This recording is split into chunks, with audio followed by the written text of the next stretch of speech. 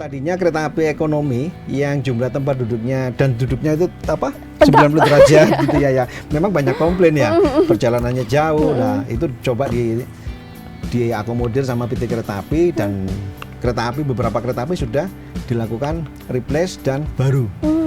Yang baru itu komposisi tempat duduknya yang ekonomi kemarin kereta api Majapahit, kemudian kereta api yang dari Surabaya itu juga ada Jayabaya, itu tempat duduknya ada yang 80, ada yang 72. Kalau dulu kan 106. Ya, juga sudah ada yang recline, jadi bisa diputar gitu. Dan juga bisa senderannya bisa di belakangi. Jadi lebih nyaman ya Pak ya? Ya, insya Allah lebih nyaman.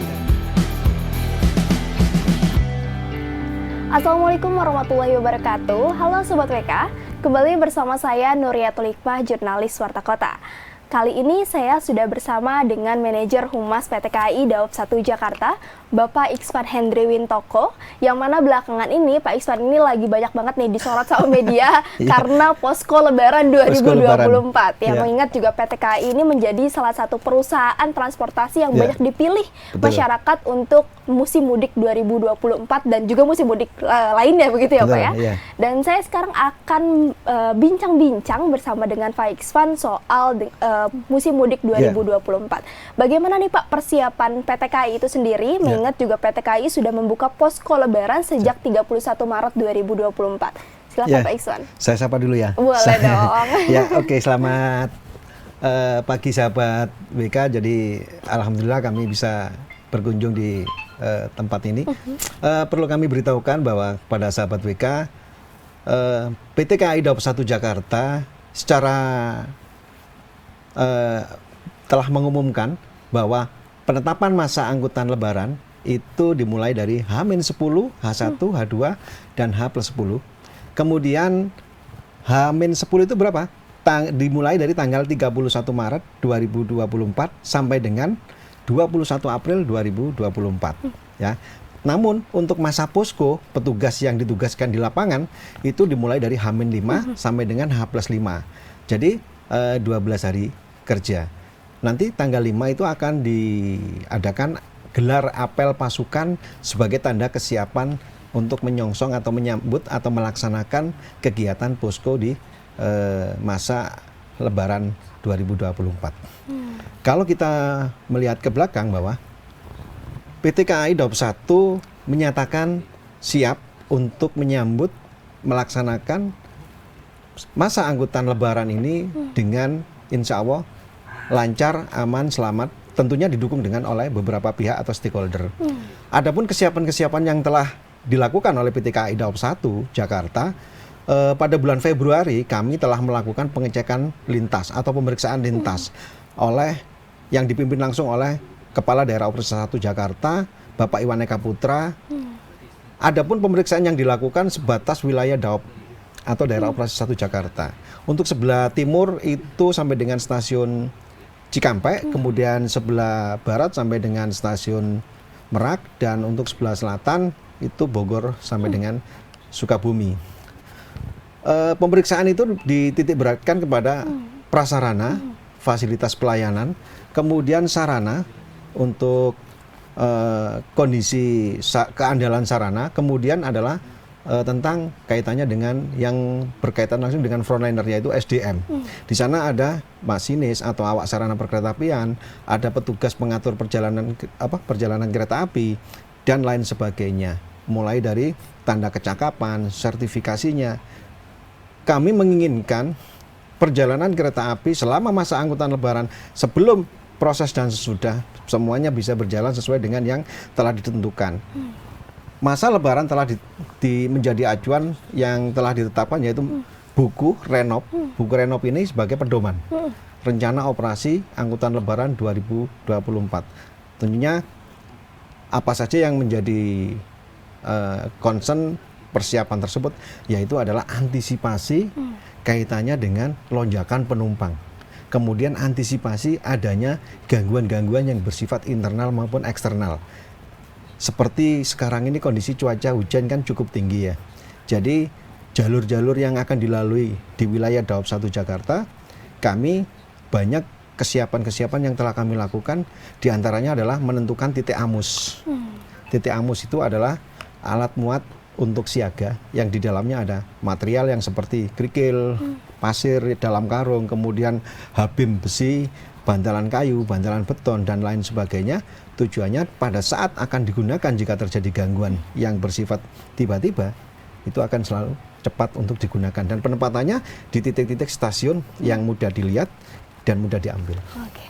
Memulai perjalanan kereta api banyak dari Jakarta nih Pak, Betul. untuk ke luar daerah seperti Jawa dan lain sebagainya. Berarti kan banyak KAJJ. Betul. Berapa sih Pak KAJJ yang disiapkan, okupansinya berapa, dan tujuan favorit masyarakat gitu yang mudik tahun ini tuh kemana aja sih Pak?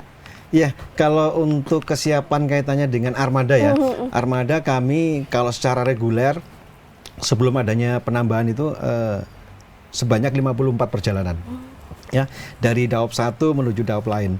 Kemudian tahap pertama itu penambahan kereta api tambahan untuk antisipasi lonjakan, dan alhamdulillah juga direspon banyak animo masyarakat yang telah membeli tiket tersebut. Kemudian sampai dengan pagi tadi itu jumlahnya kalau kita akumulasi dari 31 Maret 2024 sampai dengan 21 April 2024 ada sebanyak 1.677 perjalanan kereta api. Jika kita ambil rata-rata per hari sebanyak 77 kereta api. Di mana keberangkatan dari Gambir sebanyak 40, kemudian dari Pasar Senen ada sekitar 37 perjalanan. Itu. Dan ketersediaan tempat duduk yang kami berikan itu sebanyak kalau kita total 957.000 sekian. Dan hari ini telah terjual mungkin di atas 60%. Bisa dikatakan untuk tanggal-tanggal ideal itu sudah habis. Misalkan tanggal 4, 5, 6, 7, 8, 9, 10 itu sudah di atas 90% lebih. Ya, makanya kami kemarin kami ingatkan bagi para calon penumpang yang hingga saat itu belum mendapatkan tiket, bergeser tanggal 31, tanggal 1, tanggal 2 dan tanggal 3 atau setelah Lebaran. Ya, tapi memang antusias masyarakat gitu memesan tuh benar-benar banyak banget ya Pak ya. Betul. Baru dibuka jam 00.00 Iya, habis sudah ya. balapan. Iya, sudah.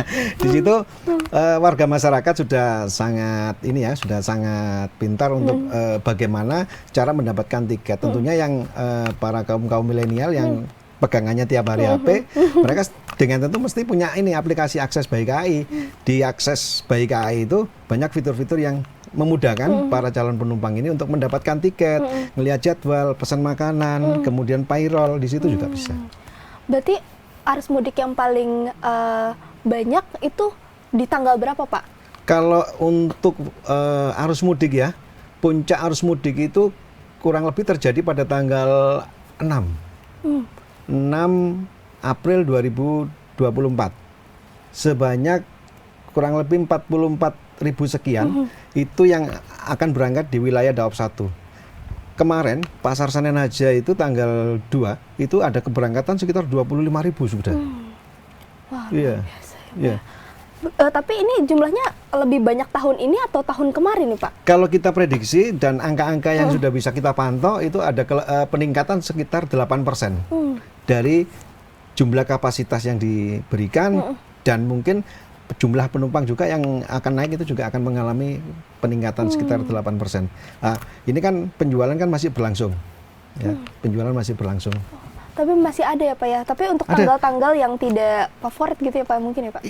Kalaupun tanggal favorit ada saja, memang suatu saat ada orang yang nggak jadi berangkat, kemudian dibatalin, ya kan, atau reschedule karena pekerjaannya belum libur, ya kan? Baik. Kemudian jika tiket itu dikembalikan pada sistem, nanti akan kembali, bisa dibeli oleh orang lain. Makanya bagi para calon penumpang itu aktif untuk memantau. Jika dia belum memiliki tiket, pantau terus di Akses Bayi KAI. Tapi untuk tahun ini Pak, adakah terobosan yang dilakukan oleh PT KAI gitu untuk meningkatkan kenyamanan penumpang? Mungkin ada kereta tambahan yang unik atau gimana gitu Pak? Iya, sebetulnya lumayan cukup banyak untuk inovasi-inovasi tahun ini yang dilakukan oleh PT KAI. Di antaranya adalah adanya kereta dengan komposisi tempat duduk new generasi. Tadinya kereta api ekonomi yang jumlah tempat duduknya dan duduknya itu 90 derajat gitu ya. Memang banyak komplain ya, perjalanannya jauh. Nah, itu coba diakomodir sama PT Kereta Api, dan beberapa kereta api sudah dilakukan replace dan baru. Yang baru itu komposisi tempat duduknya, yang ekonomi kemarin kereta api Majapahit, kemudian kereta api yang dari Surabaya itu juga ada Jayabaya, itu tempat duduknya ada yang 80, ada yang 72. Kalau dulu kan 106. Ya, juga sudah ada yang recline, jadi bisa diputar gitu. Dan juga bisa senderannya bisa di belakangi. Jadi lebih nyaman ya Pak ya? Ya, insya Allah lebih nyaman, dan lebih bisa memahami apa yang dibutuhkan oleh pelanggan. Oke, lalu Pak, kalau misalkan selama perjalanan kan mungkin aja ada komplain dari pelanggan atau dan lain sebagainya gitu. Nah, apa aja sih yang bisa dilakukan sama PT KAI yang selama ini gitu untuk mengantisipasi adanya hal tersebut gitu? PT KAI itu kan dari mulai tahun 2009 sampai dengan sekarang, kami tidak alergi untuk adanya kritikan, saran. Makanya kami ada banyak media sosial sebagai saluran untuk menyampaikan informasi tersebut. Ada Instagram, ada Facebook Sahabat KAI 121, kemudian ada Twitter juga. Jadi dari beberapa media sosial yang kami miliki, itu banyak juga, bukan hanya pujian, tapi masukan. Nah, masukan itu kita akomodir, kita sesuaikan dengan standar pelayanan minimum. Kami kan juga mengacu ke standar pelayanan minimum yang dikeluarkan oleh Menteri Perhubungan. Jadi untuk kaitannya dengan komplain itu mesti ada. Contoh yang seperti tadi disampaikan bahwa masalah tempat duduk, kemudian ada untuk kaum disabilitas, pintunya tidak bisa masuk untuk kursi roda, tidak ada penempatan kursi roda di dalam kereta, kemudian di stasiun itu juga tidak akses untuk penyandang disabilitas. Dan dengan pengalaman dan evaluasi tiap kami lakukan, ini nanti kan selama masa angkutan lebaran itu kan ada evaluasi tiap sore itu ya. Jadi temuan-temuan di lapangan kita inventarisir, kemudian kita coba untuk menggali bahwa di mana hal tersebut supaya tidak terjadi lagi. Contoh, yang jadi masalah itu pada saat musim angkutan lebaran, libur panjang atau Nataru, itu yang paling jadi kendala itu kan antrian pada saat masuk ya. Iya, betul. Ya kan? Di pintu Antrian pada saat masuk, kemudian antrian pada saat parkir. Untuk dari circle of service yang ada di PT Kereta Api, itu sangat kita perhatikan, mulai dari pintu masuk parkir, beli tiket, kemudian boarding, naik kereta api, pengamanan di atas kereta api, sampai dengan stasiun tujuan, sampai penumpang itu keluar, itu ada standar operasionalnya. Jadi kalau dulu parkir secara manual, sekarang sudah elektronik. Kemudian masuk orang penumpang yang tadinya pakai manual harus menunjukkan identitas pada saat ketemu petugas boarding, sekarang itu digambir ya. Itu ada sistem yang namanya boarding face recognition. Face recognition ini mereka para penumpang yang sudah terdaftar, dilampiri dengan ID, datanya yang benar, pada waktu dia membeli tiket, data tersebut sudah masuk database, sehingga scan wajah untuk masuk ke dalam pintu face recognition yang sudah terdaftar pada saat masuk, cukup hanya waktu beberapa detik dia sudah pintu terbuka, dia masuk cepat, nggak usah antri berjubel-jubel kayak dulu. Jadi kami terus akan melakukan improvement kaitannya dengan pelayanan pelanggan supaya apa? Kendala-kendala yang menjadi masukan itu kayak contoh di mana? Di stasiun Pasar Senen ya. Itu kan untuk sirkulasi orang masuk itu kan melewat lorong ya. Rencana ke depan tahun ini mungkin sudah diajukan untuk diberikan eskalator. Wah, luar biasa. Jadi udah nggak jalan kaki lagi juga bagi orang-orang disabilitas bisa terlayani semua. Oke, baik. Untuk 2024 ini rasa-rasanya lebih lowong karena sudah tidak ada pandemi dan lain sebagainya. Sebenarnya dari tahun kemarin, tapi tahun kemarin juga masih ada sedikit kayak masker dan lain sebagainya. Tapi ada nggak sih persyaratan yang diterapkan PT KAI tahun ini Pak di musim mudik ini? Ya, kalaupun sudah kita dinyatakan tidak ada pembatasan COVID, namun kami tetap ada tugas untuk menghimbau kepada para calon penumpang, khususnya pada para pegawai kami yang bekerja, khususnya yang melayani pada penumpang langsung, itu tetap melakukan protokol kesehatan. Di antaranya adalah selalu mencuci tangan, berperilaku hidup sehat, kemudian kemarin kami semua karyawan PT Kereta Api Daop 1 bulan Februari sebelum menjelang Lebaran itu MCU. Medical check up. Jadi betul. Jadi kalau misalkan ada yang kondisinya kurang bagus, akan dilakukan pendalaman. Dan alhamdulillah sampai dengan saat ini untuk kesiapan masa angkutan Lebaran, mulai dari prasarana, sarana, SDM, kami nyatakan siap. Oke, baik. Pak, kalau misalnya sekarang selain musim mudik nih, kita mau bahas soal perlintasan sebidang nih, Pak. Di wilayah PT KAI itu ada berapa banyak sih, Pak, perlintasan sebidang? Dan sebenarnya perlintasan sebidang itu apa gitu buat orang-orang yang belum tahu? Ya, perlu kami jelaskan bahwa perlintasan sebidang itu adalah suatu perlintasan yang bersinggungan langsung dengan jalan raya. Nah, kalau kita mengacu kepada Undang-Undang 23 tahun 2007 tentang perkeretaapian, bahwa yang namanya perlintasan itu harusnya dibuat sudah tidak sebidang, bisa flyover, bisa underpass. Namun pembiayanya tidak murah, cukup mahal. Ya, adapun solusi berikutnya untuk meningkatkan keselamatan, keamanan di titik-titik pintu perlintasan, yaitu ada dua. Satu, dilakukan peningkatan, dilakukan dengan penjagaan palang pintu dan petugas. Dua, dilakukan penutupan. Ya, jadi palang pintu perlintasan itu ada beberapa kategori. Pertama, palang pintu perlintasan resmi, terjaga dan berpalang pintu. Yang kedua, palang pintu perlintasan resmi ada rambu. Ya, ada rambu resmi itu. Nah, kemudian ada palang pintu yang tidak berambu. Artinya di sini tidak masuk dalam data PM94, artinya tidak terregistrasi. Kalau tidak terregistrasi, tidak lengkap dengan rambu. Jika lebarnya kurang dari 2 meter, itu PT Kereta Api dikasih tugas untuk melakukan penutupan. Oke, baik.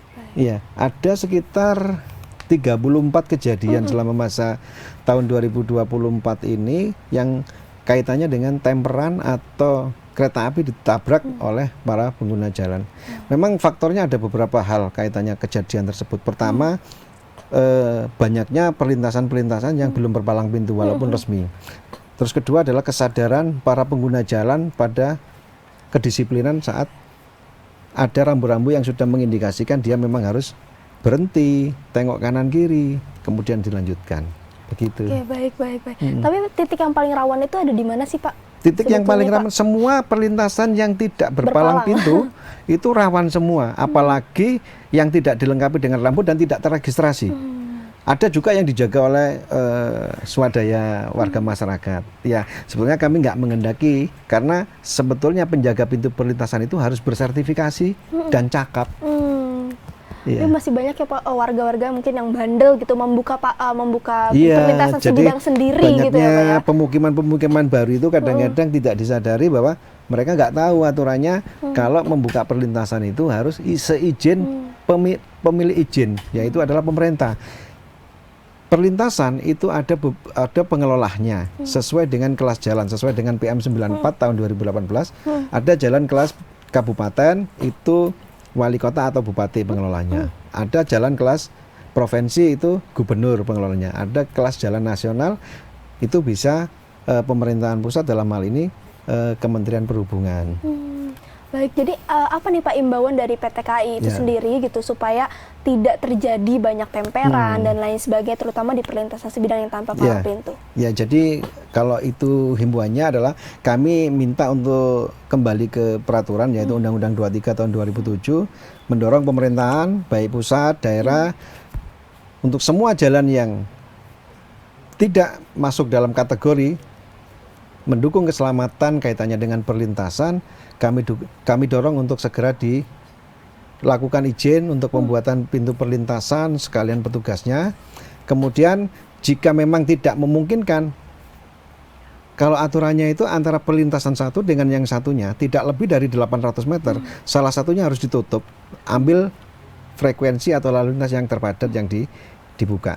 Kemudian dalam Undang-Undang 23 juga tahun 2007 tentang perkeretaapian, keselamatan perjalanan kereta api itu tanggung jawab bersama. Ada warga, masyarakat, ada PT Kereta Api, dan ada pengguna jalan. Kemudian untuk masing-masing pemerintahan daerah, kota, kabupaten, provinsi, itu punya tugas atau kewajiban minimal 1 kali dalam 1 tahun untuk mengevaluasi perlintasan tersebut. Itu harus ditingkatkan keselamatannya, mulai dari dibangun palang pintu perlintasan, dibuat flyover atau underpass, dan ditutup. Total tuh ada lebih dari 50 Pak mungkin? Lebih. Di Daop 1 itu? Iya, kalau semua perlintasan itu kurang lebih 300-an lebih yang ada di wilayah Daop 1. Dan diantaranya adalah perlintasan-perlintasan yang memang sudah flyover, underpass, kemudian ada perlintasan yang sudah lebih dari 50 perlintasan sudah ditutup sama PT Kereta Api yang kurang dari 2 meter untuk membantu mengurangi angka kecelakaan yang terjadi di perlintasan. Baik, baik, baik. Sekarang saya mau ini Pak, ngomongin soal profil Bapak nih. Profil. Ya, salah satu yang menarik nih dari Bapak kalau misalkan secara umum gitu adalah nama Bapak Pak, Iksvan Hendri Wintoko. Agak bingung, aneh nih ya. Apa emang keluarga Bapak seunik itu Pak memberi nama Pak? Mungkin bisa diceritakan Pak soal keluarga Bapak. Ya, kalau nama ini kan memang pemberian dari orang tua ya. Saya juga pas pada waktu menjelang bertanya itu pas pada waktu menjelang SD kelas 6 menginjak ke SMP. Jadi Iksvan Hendri Wintoko, dari keturunan barat juga nggak ada. Orang saya itu aslinya Jombang sama Madiun. Oh, asli Jawa. Iya. Kemudian untuk nama, sampai saya itu sama teman-teman jadi bahan bulian. Jadi X itu ibaratnya kalau arti kata itu bekas, kalau fan itu katanya kipas angin. Jadi saya itu dikatakan bekas kipas angin, Bapak. Ya, ini tetap kita syukuri ya. Artinya nggak ada nama serupa yang mungkin seperti ini, tapi di situ rezeki saya. Tapi memang cukup unik kayak seperti nama orang luar gitu ya Pak ya. Biasanya kan Irfan atau apa. Erwan, Irwan gitu. Jadi ya memang beginilah apa pemberiannya. Saya lihat barangkali di akte itu salah ya, ternyata benar juga. Oke, baik. Iya. Nah, tapi Bapak dari kecil memang tinggal di keluarga mungkin yang sudah berada, atau bagaimana Pak sampai akhirnya sekarang menjadi seorang manajer humas PT KAI Daop 1 gitu? Iya. Sebetulnya seperti pada umumnya ya, saya dilahirkan juga mungkin dari keluarga biasa juga. Pada waktu kecil saya hidup di Surabaya, menjalani pendidikan yang sama, dan orang tua saya juga pensiunan. Kemudian tamat SD tahun 87, tamat SMP 90, tamat SMA 93. Justru mengawali pekerjaan saya pas pada waktu saya ditanya sama guru SMA itu, teman-teman pada ditanya, si A kalau lulus SMA mau kemana, si B. Nah, menginjak pas pertanyaan pada diri saya, Van, lulus sekolah mau kemana? Kerja Pak. Loh, yang lainnya aja pengen bimbel, pengen sekolah, pengen kuliah, kok maunya kerja? Ya maaf Pak, orang tua saya juga secara pembiayaan juga terbatas. Nah terus ya kalau menurut saya kalau ada rezeki ya saya sekolah. Dan ucapan itu ternyata berjalan, karena itu kan afirmasi ya. Pada saat saya tahun 93, saya nggak nolak pekerjaan apapun, yang penting pekerjaan tersebut halal.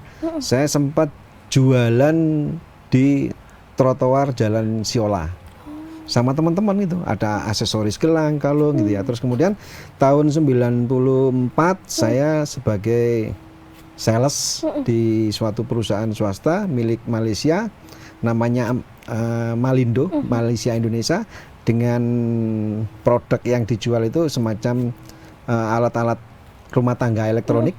Kemudian menjadi kurir sebuah perusahaan ternama yang namanya suatu perusahaan ekspedisi, nggak perlu saya sebut mereknya.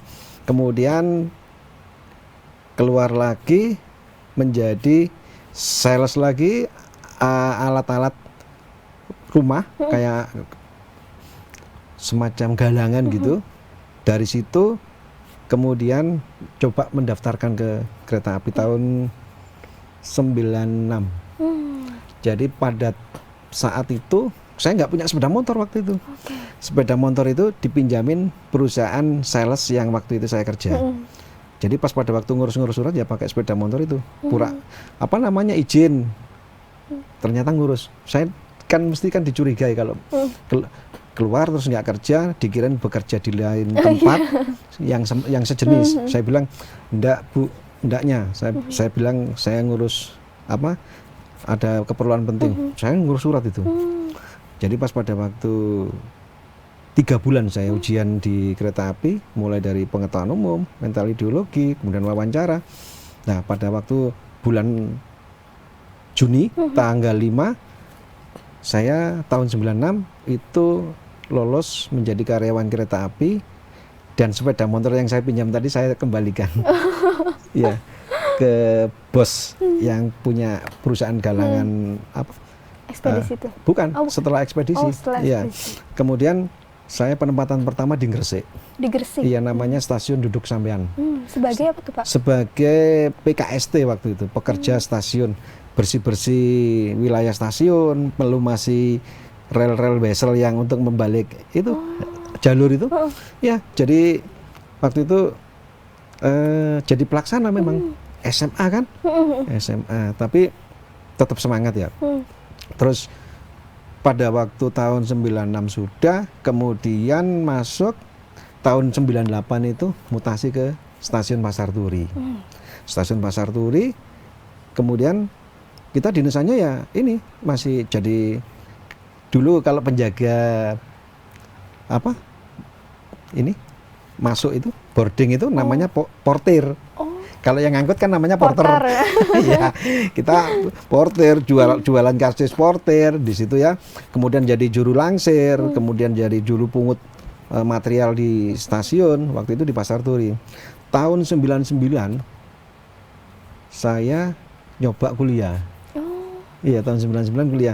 Dan alhamdulillah afirmasi yang dulu tahun 93 itu saya ucapkan di depan guru saya itu bisa ngalir gitu. Terus tahun 2004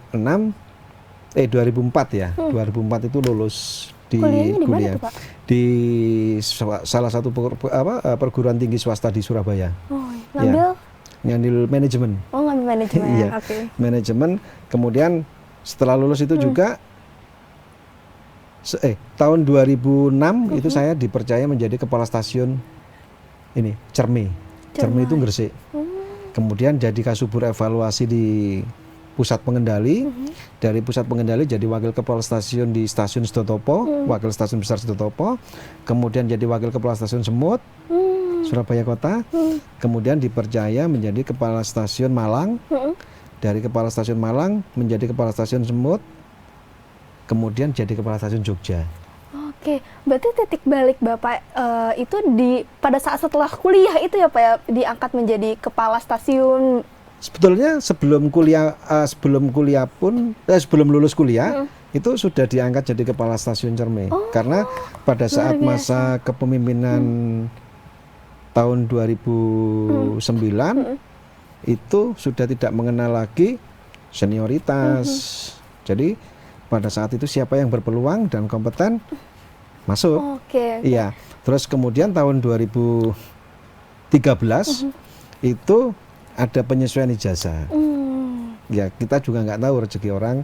Pada saat itu juga ada yang ini pas pada waktu kuliah itu dibilangin, ngapain kamu kuliah, yang kuliah itu banyak, nggak ada yang diakuin, bilang gitu. Ya saya bilang, penumpang kereta api itu makin lama makin pinter-pinter.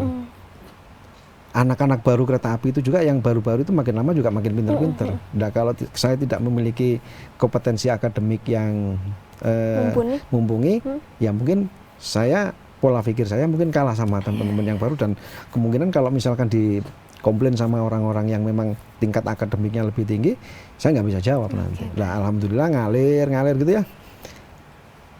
Tahun 2013 itu habis dari Jogja, saya dipercaya menjadi manajer fasilitas pelayanan.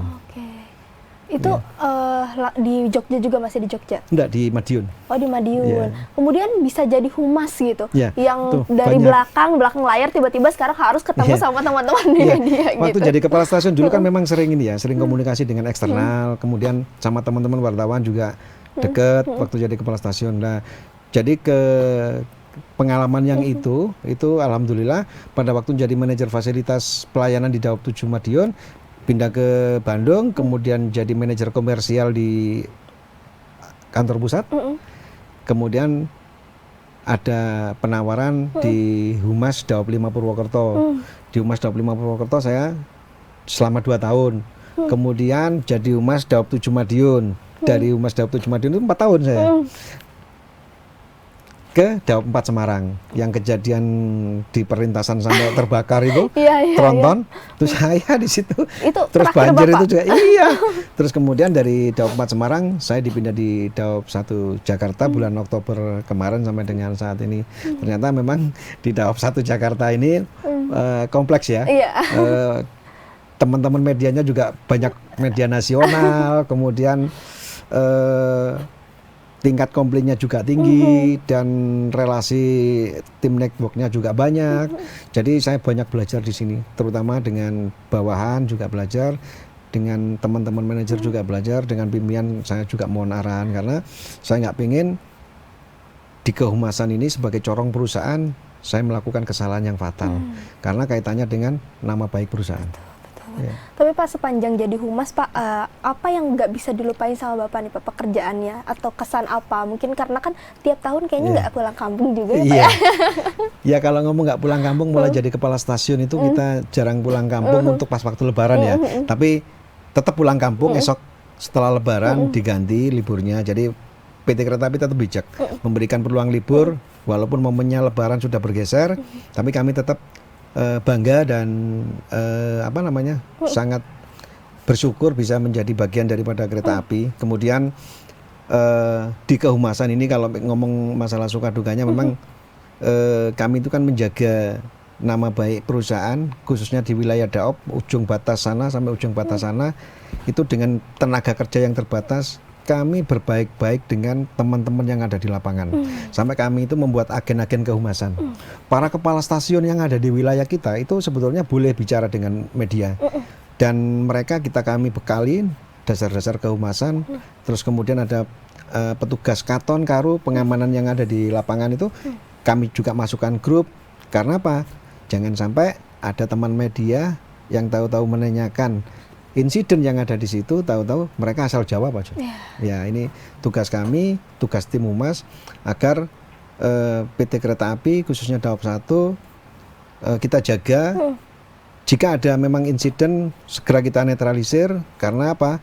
Karena berita yang beredar jika kita tidak tahu dan kita hubungannya jauh dengan teman-teman media, yang kami khawatirkan berita itu liar. Tidak seperti apa yang diucapkan, persepsinya beda. Ya. Baik. Tapi kalau misalkan untuk tantangan Pak, tantangan yang paling sulit gitu dalam mengatasi angkutan lebaran, kemudian juga mengatasi mungkin teman-teman media dan lain sebagainya sebagai humas gitu. Ya kami menggunakan skala prioritas ya Mbak, karena tenaga kita juga terbatas, tim kami juga total itu cuma 8 orang.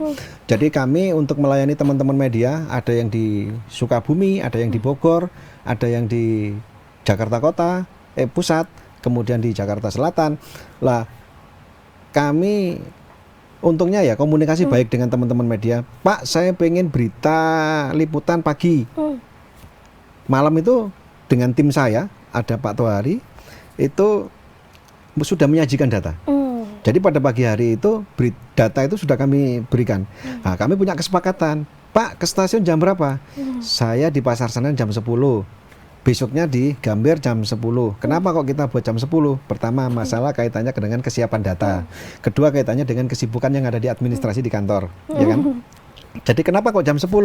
Karena di jam 10 itu para pendengar, para pemirsa di jam-jam segitu itu juga lebih banyak yang mungkin bisa lihat pakai HP, bisa lihat pakai TV, kaitannya berita online, TV, cetak. Itu kalau sudah malam sudah ini kasihan juga kan, lightingnya juga kurang bagus.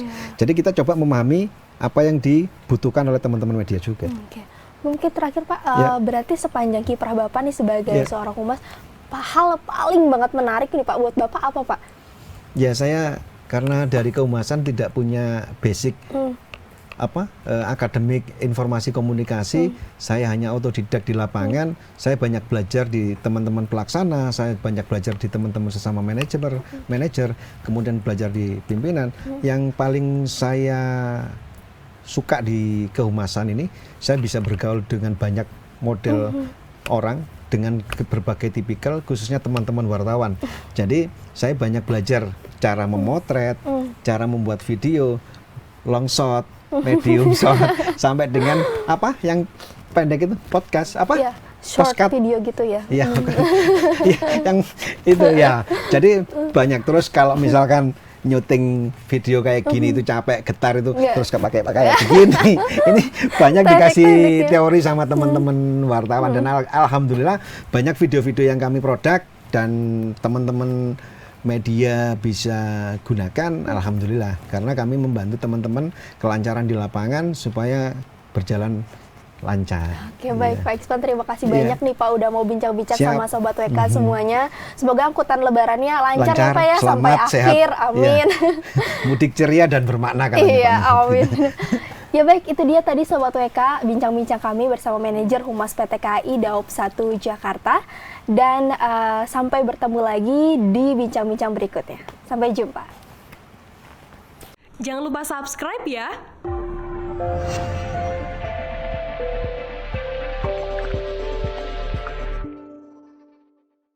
Jangan lupa subscribe ya.